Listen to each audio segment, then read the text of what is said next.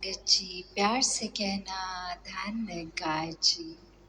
आज 2 महीने के बाद इस रूप में आप सबके बीच ये सत्संग करने का मौका, और जहाँ भी विदेश में ये सत्संग हुई, हर दिन हुई, और वही भाव संतों के वहाँ भी कि ये जीवन इस निराकार के आश्रय, इसके एहसास में ही बिताया जाए।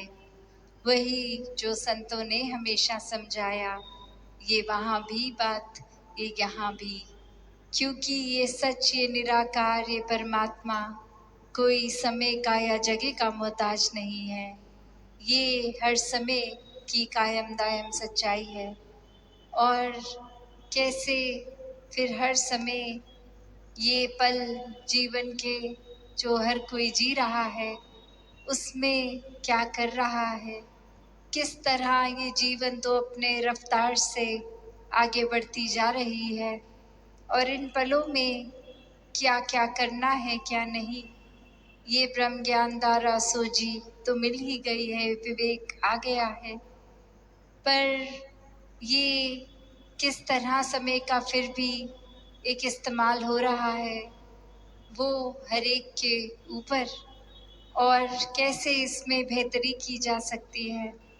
कैसे एक उदाहरण दे के दासी बात समझाएगी कि एक सपने में अगर कोई चीज़ आ जाती है ख्याल में, और उठते हैं और एहसास होता है कि ये वो सच्चाई तो नहीं थी, ये तो कुछ और ही था। चाहे उस समय जब वो सपना आ रहा होता है, वो बहुत ही रियल, बहुत ही एक असली लग रही होती है, वो ही वास्तविकता लग रही होती है। पर ये आँख खुलने के बाद समझ आता है कि वो सच नहीं था।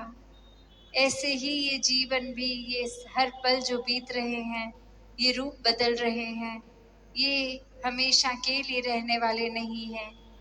ये एक शायर ने भी जैसे कहा, ये जो बीत रहा है वक्त नहीं है, ये जिंदगी है। कि कैसे एक कुछ समय को हम टेक फॉर ग्रांटेड कर देते हैं कि चलो थोड़ी देर की ही बात है, कुछ काट लेते हैं, ऐसे ही समय काट लेते हैं, फिर समय ठीक हो जाएगा, या फिर हम कुछ जो करना चाहते हैं कर लेंगे। और वो जो पल है, लिविंग इन द मोमेंट वाली बात, वो नहीं कर सकते। उस समय हमें आने वाले कल की, आने वाले समय के सुधार के लिए वो ख्याल, वो टेंशन लगी रहती है, और उस समय को पूरी तरह नहीं जी पाते। तो बात वही कि ये निराकार ने तो हर पल ही बेहतरीन बनाया है, तो हमें उस समय वो पल अच्छे क्यों नहीं लग रहे, कमी किस में है, वो हमें अपने अंदर झांक के देखना है। कैसे ये पल हम उस तरह, उस नज़रिए से तो जो सोच लेंगे कि ये जो वक्त बीत रहा है, ये अभी कैसा भी है, तो ये वक्त की तरह ये कुछ टाइम बाउंड है और निकल जाएगा।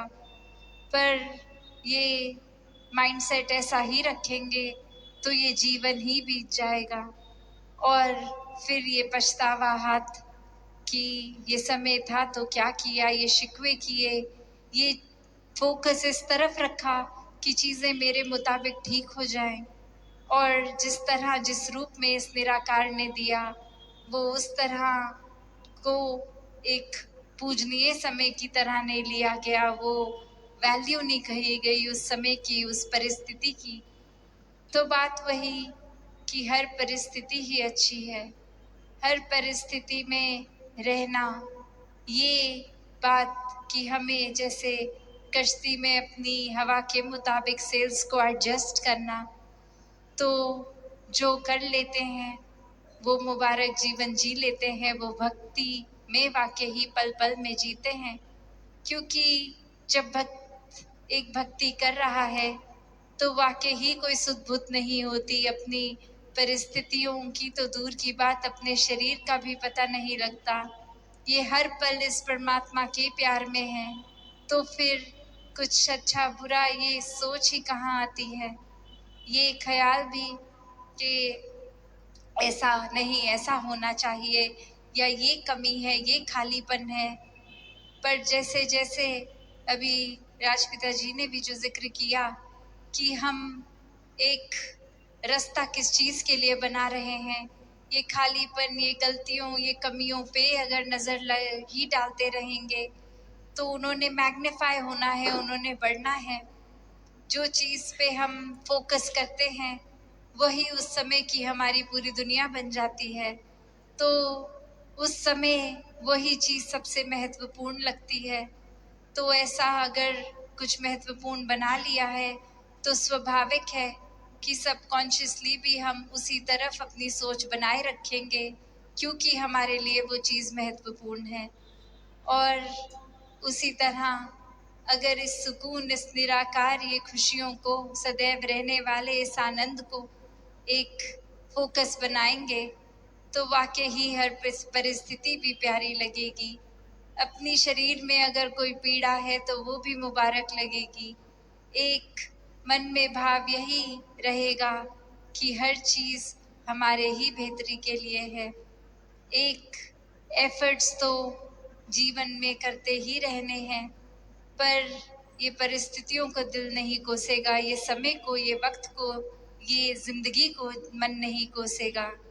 ये भाव फिर यही कि ये प्यार है इस परमात्मा से, तो प्यार में तो सभी कुछ मुबारक होता है। जैसे हम एक दुनियावी प्यार के रिश्ते में भी कोई प्रेमी प्रेमिका की बात करें तो अपने प्रेमी की हर बात ही फिर प्यार में बहुत अच्छी लगती है। फिर ये मन नहीं करता कि दूसरे इंसान हमको हम अपने मुताबिक बदलें, क्योंकि ये ये जो प्यार की बात है तो वो तो यही है कि हम किस तरह इस रिश्ते को देख रहे हैं। किसी को अपना बनाना इश्क नहीं है, किसी का बन जाना इश्क है। तो पूरी तरह ये समर्पण की बात, ये प्यार की बात, कि जिस तरह ये सामने वाला चला रहा है ये एकमिक होके उसी तरह चलने लगें। और वही ये आत्मा परमात्मा का भी रिश्ता है, ये एकमिक होके जीने वाला। इसमें फिर क्यों, किंतु, परंतु कुछ भी सवाल नहीं, कुछ भी एक शिकायतें नहीं, कुछ भी इम्परफेक्ट नहीं है। फिर सब कुछ परफेक्शन से, एक बहुत ही पूर्णता से है। ये हर पल बहुत ही सुनहरा है। फिर ये जीवन में जो ये समागम का भी टॉपिक, ये विस्तार, तो ये विस्तार हर चीज़ में आएगा। ये ज्ञान ही अपने आप में इस निराकार के इतने करीब लाने के लिए, और ये निराकार ही इसका विस्तार हर जगह, ये कभी भी ख़त्म ना होने वाला। और कैसे फिर हम अपने सोच की भी विस्तार करें, अपने स्वभाव में अच्छाइयों के का भी विस्तार करें।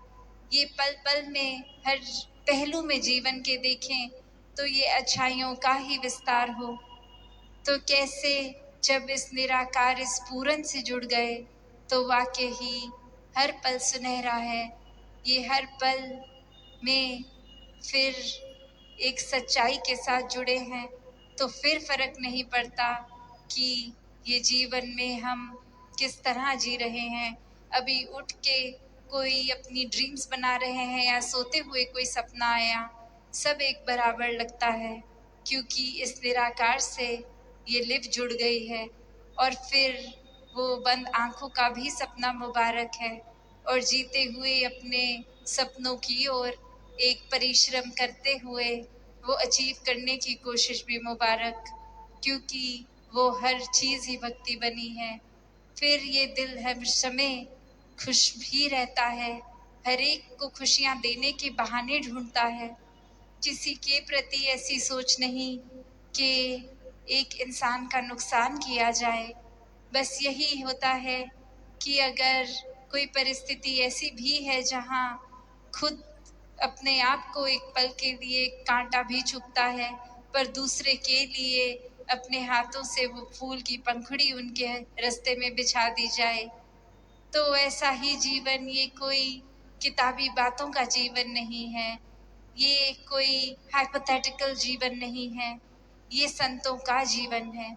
संत ऐसे ही होते हैं। और अब वो हम अपने आप से मेल कर लें ऐसे जीवन का।